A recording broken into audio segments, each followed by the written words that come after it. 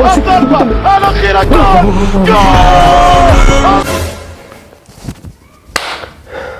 ولي ما سود سعيرتك markuu garan kala baxo sababta loo siiyo kaarka jaalaha ama huruuda horyaalada Soomaalida hadda ka ciyaarto kaarka jaalaha la waayira muus lagu siinayo maadaama midabkiisu isba huruud ama jaale uu yahay إيوه شكلها ciyaartayga garan kala baxay inta ciyaartu socota in la siiyo kaarka huruud ah saddex sababood baynu ku salaan karaynaa koow iyadoo suuqaduhu ka cararayo in waqtiga uu lumiyo ciyaartayga kar ahay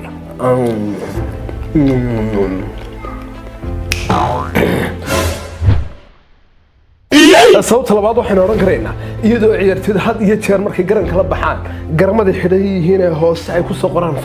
fariimahaas oo noqonaya fariimo siyaasadeed oo dawladaha qaar ka caroon karayaan ama kooxaha qaar arintaasna FIFA aad bay uga duushay inay dhacdo qodobka saddexaad oo oran karo waa qodobka ugu muhiimsan waxa weeyaan kooxaha shirkadaha sponsorska oo ay garamada ay xaysiiyaan baarinta tanada gabi ahaanba ka soo jeeda sababtuna waxa weeyaan 90 daqiiqo ciyaarta momentiga amaba yaani dhacdada ugu muhiimsan waxa weeyaan dhacdada ciyaartooyga goolka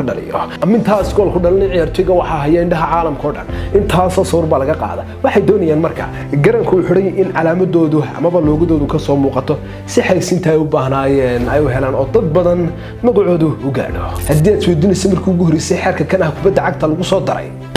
waxay ahayd sanadii 2004 markii ciyaartooygu reer Uruguay ee Diego Forlan oo uga soo ciyaaray kooxda Manchester United oo daqiiqadihii ugu dambeeyay goolkii guusha u dhaliyay Reed Evans kadibna uu garanka la baxay isagoo weli garanka xidhan la sidoo ciyaarta dib u bilaabay arintaas waxay aad uga calisay FIFA xeerka kan ahmaanay kubadda cagta ku soo diray sidoo kale maxaad ka xasuustaa dabaaldegidii ugu caansan ee ciyaartay garanka la baxo